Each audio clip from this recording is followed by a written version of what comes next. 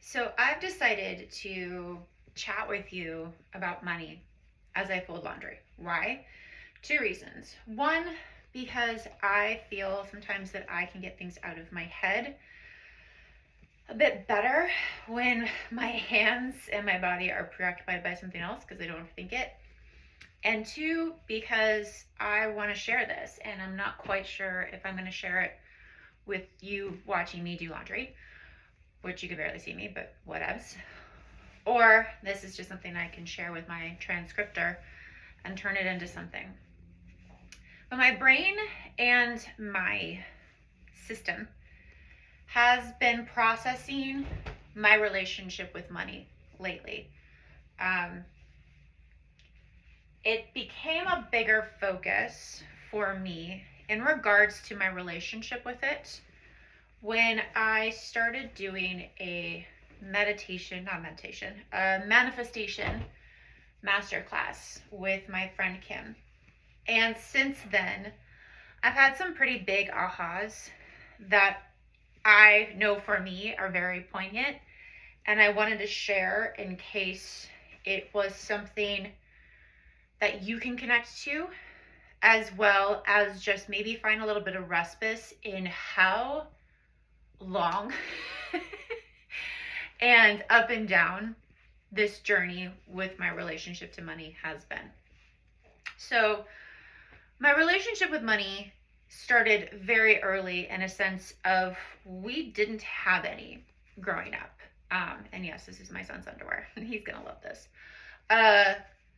My parents were very open about that. And with that, I had always been very conscious of the importance of it. Not in a sense of like a status persona. Status wasn't something I really thought about as a kid. I think mostly because growing up in a Christian household, status wasn't technically a thing, you know? But it was definitely, it made me appreciative of when I did receive things that cost a lot of money to us, right? And so it made me really appreciate money and the way that you could still have really beautiful memories and a really beautiful childhood, even when you don't have a lot of it. So growing up, I was always very conservative about money. I would save like crazy, and I would save on purpose towards a goal, and then I wouldn't go over that goal in regards to spending. If I had any left over, then I would keep that as the next starter for my savings. And that was my MO for a long time until I got into entrepreneurship, even more so when I got into the coaching industry. So I've been an entrepreneur. Is that the right? Yeah. I've been an entrepreneur since 2010. I started in the fitness industry. That was before social media. That was before, any sort of actual business gurus. Yes, there were fitness gurus, but nobody was really telling you how to build your business. It was more of just practices that you wanted to use on your clients, like, Susan Powder. Anyway, I'm going to age myself saying that. So, but when I came into, especially even before business coaching, when I went into network marketing under Beachbody, and money was the focus, it was the motivator, it was the pull of, how you can make six figures working 20 hours a week, especially as at the time, married with being a primary caregiver, because my ex-husband's job just made him travel a shit ton, to a divorced mom who was a primary caregiver because her ex-husband's job had him traveling a shit ton. And I started getting caught up in the whole, you need to invest yourself. You need to invest in yourself. And sometimes you just have to put it on a credit card because that's just the best way possible to further your personal and your professional development. I I didn't get my first credit card until I was in my 30s. And even then, at the time, I tried to be as responsible with it as possible. Never missed a payment. Tried not to spend more than I knew I already had a plan to pay off. And that served me okay until my business stopped making the money that it was making. Fast forward to 2020, I am receiving some really beautiful support money from my dad because he is the believer that why hoard it until he dies. So he started giving my brother and I bits of our inheritance each year. And I think that's where I lost my respect for money. That's been my biggest aha, is I lost my respect of what money is. Instead, I was minimalizing it. I was thinking that it was just, though I still worked hard for it, I just was in this belief system that, well, of course it'll just naturally appear, because it always naturally appeared. And that was because I respected it when it did, and I gave gratitude and celebration for it when it did. Because then it started really turning into an emotional, well, I need this to feed my family. Last year, I've been very open about this, it was the slowest year of my business. Also, a lot of the beautiful financial gifts that my father was, providing for us needed to take a pause because the world is the way that it is, and his company is also shifting. And so I was at this crossroads last year where I wasn't really connecting to money in a way that was, again, respectful. That's just been the biggest word for me, is respectful. And it's one of those things of like, you don't know what you had until it's gone. And with my bank account looking the way that it does, I would get down. My past self would get down on myself. I'd beat myself up about it. I would make it consume every single waking moment because I thought, well, then maybe if I punished myself enough, the universe would be like, oh, no. They get it now. They respect me. I'll come walking through the door again. Does that work with any relationship? No, it does not. You need to find your coexistence with it. You need to find your individualism inside of it and outside of it. And that has been a huge aha for me because first, it inspired me to first challenge myself to be okay with it. Like, to still be present, to still be joyful, to talk about it. To talk about it with my partner, to talk about it with you all. Not to keep it inside thinking that that was going to diminish the fact that I have been a working entrepreneur for the last 16 years. We all go through seasons. I've seen my father from birth till in his 70s still go through those seasons, right? It's not a testament to who we are as humans. It's just life. So when I started first being present and still joyful and still celebratory, even without the numbers in my bank account, that gave me then the energy and the capacity to start looking at why I spend the way that I spend. What about this? Part of me, because back in the day I was like, well, it's just $18 a month. What is $18 a month? Well, right now, $18 a month is a lot. And so I've cut back on a lot of things that distracted me, things that I thought were healthy, but actually had just become a part of a routine that was not healthy. In regards to shows that I watched and shows that I watched and things that I did to comfort myself. And then when that happened, it was more of this is something that wants to work for me. it wants to work for me.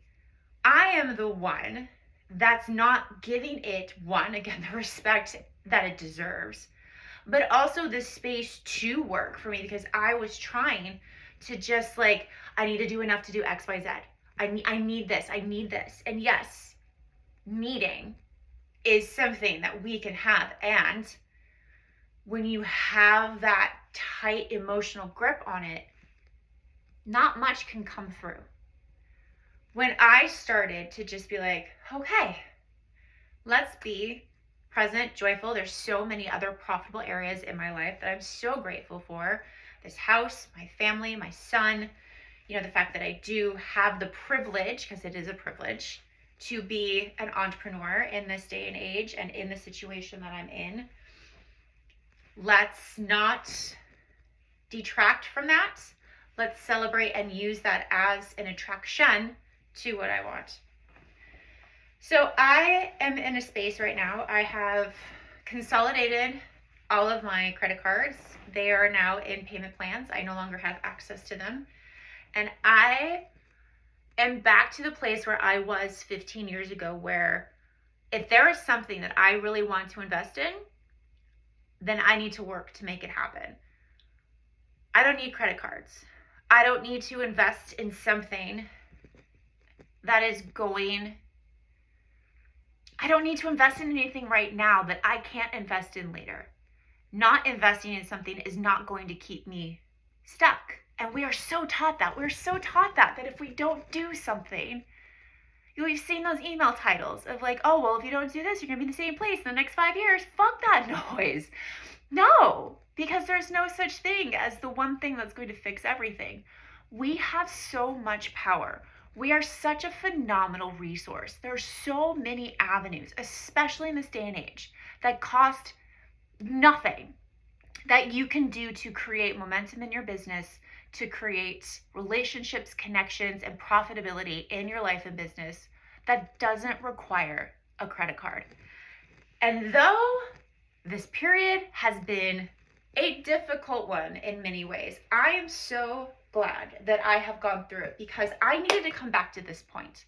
I needed to come back to 2015, that's a lie, 2011 Mel, who was not motivated by financial success to the point to where everything else wasn't feeling joyful, wasn't feeling successful. And to come back to a place where money and I have a very mutual, respectful relationship. I respect the way that, sorry, it's my dog. I respect the way that it comes forward. I respect the way that it provides for me and my family. And I also respect that it can only do so much. And I need to do the rest. So as we are moving, however you're listening to this, money and you, if you have a complicated relationship with it, it's like any other relationship in your life. You need to do the work on you first. Money isn't trying to punish you. The universe isn't trying to punish you. We have just been way too caught up in this white woman, don't worry, it's just going to happen mindset. Instead of remembering that, yes, it's going to happen, but we still need to put effort into it. We still need to pay attention to ourselves. We still need to be present and celebrate and be conscious and respect the money that we have. Because when we come to a place of money is a bonus, not the focus, then taking pleasure in what you have and really being creative and connected in implementing it and evolving it is so much. You have so much power. You have so much control. So I love that I am now in a place where I don't know, we don't need credit cards. Nope. And I'm not saying that none of us need credit cards. Everybody, just like every other relationship, has their own needs, wants, expectations, regarding, depending on their environment, their community, and so forth.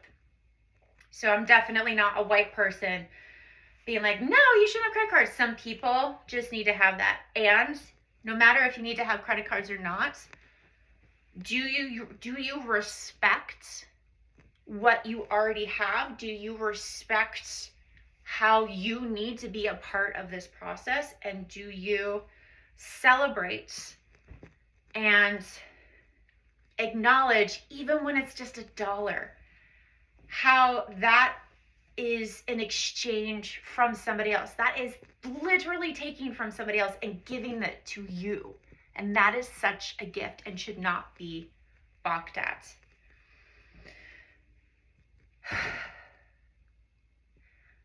Money will always be available. Money will always be a story, a thing that most of us will consistently need to check in on and work on. I'm going to be a part of a virtual summit that's all about money. And it's in different ways. It's not a bunch of us just going and just sit there and visualize. Yes, visualization for those who are manifesting generators, and for those who are, non-specific, well, actually, whether you're non-specific or specific manifester is important. But what I really want to make sure, and what I really love about this summit and about how we are talking about money nowadays, is it's not just sit there and thumb it and it will appear. It's finding that emotional connection. How do you want it to feel? How can you feel like that now? May not be the full picture, but how can you find those glimmers now as you master what you need to master, share what you need to share, and respect the process that you have, that money has for you, and what money can and will provide for you. So, thank you for coming to my laundry TED Talk. Yeah, that's all I got. All right, have a good day.